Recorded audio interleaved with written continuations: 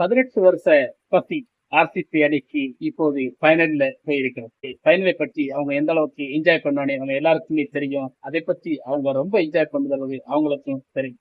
ஆனா 18 வருஷத்துக்கு பிறகு இந்த ஃபைனல்ல ஆர்சிபி அணி வந்திருக்கிறது. ஆர்சிபி அணி இதுவரை கப்பெடுக்காத அந்த பசி, இந்த பசியை இன்னும் போக்குமா என்பதை நமக்கு இன்னைக்கு தெரிஞ்சிடும். இன்னைக்கு தெரிஞ்சாலும் இதுல இது ஒரு டீம் போய் தான் இனி ஆர்சிபி அணியோட ஃபைனல்ல மோதும். அந்த ஃபைனல்ல வந்து ஆர்சிபி அணி ஒரு நாள் கப்பெடுக்காத ஆர்சிபி அணி வந்து இந்த தடவைக்கு கப் எடுக்குமா என்பதை நமக்கு பொறுத்திருந்துதான் பார்க்க முடியும்.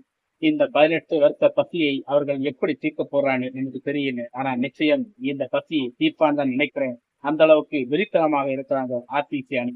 ஆர்சிபி அணியை பொறுத்த வரைக்கும் ரொம்ப தியாகங்கள், பயங்கரமான இன்னல்கள், கஷ்டங்கள், நிறைய விஷயங்களை கடந்து பெரிய பெரிய சாதனை விளையாட்டு பிளேயர்கள் எல்லாம் அந்த டீம்ல இருந்து ஒண்ணுமே சொல்விக்க முடியாம அவங்க தோற்றதுதான் பெரிய விஷயமாக பார்க்கப்பட்டது. இப்போது ஃபைனல்ல வந்திருக்கிறதை பார்க்கும்போது வந்து வித்தியாசமான ஒரு ஆர்சிபி அணியை நமக்கு பார்க்க முடிகிறது.